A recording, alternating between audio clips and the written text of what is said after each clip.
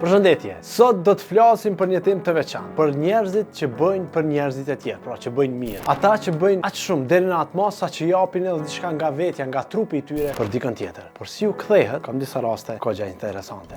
Një tiktokere një herë i dha të dashurit të saj veshkën, për arsye se ai ishte i sëmurë nga veshka dhe nuk kishte transplant. Ajo ishte në gjendje mja dhon veshkën. Edhe shumë të mirë, shumë të lumtur, për 7 muaj. Pas 7 muajve, tipi zotnia shkoi në Las Vegas me shokët e vet, pas që u bo mirë ushnosh, edhe e tradhtoi. Në fund u ndan.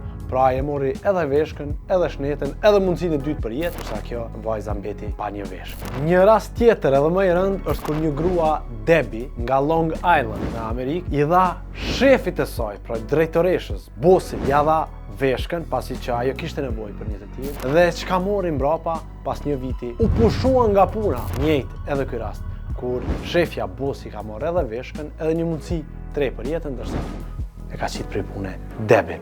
Pra çka mendoni ju? A duhet mi besu ose me dash dikon deri në atë mos sa mi dhonë edhe veshkën? I pres përgjigjet e juaja në komente më poshtë.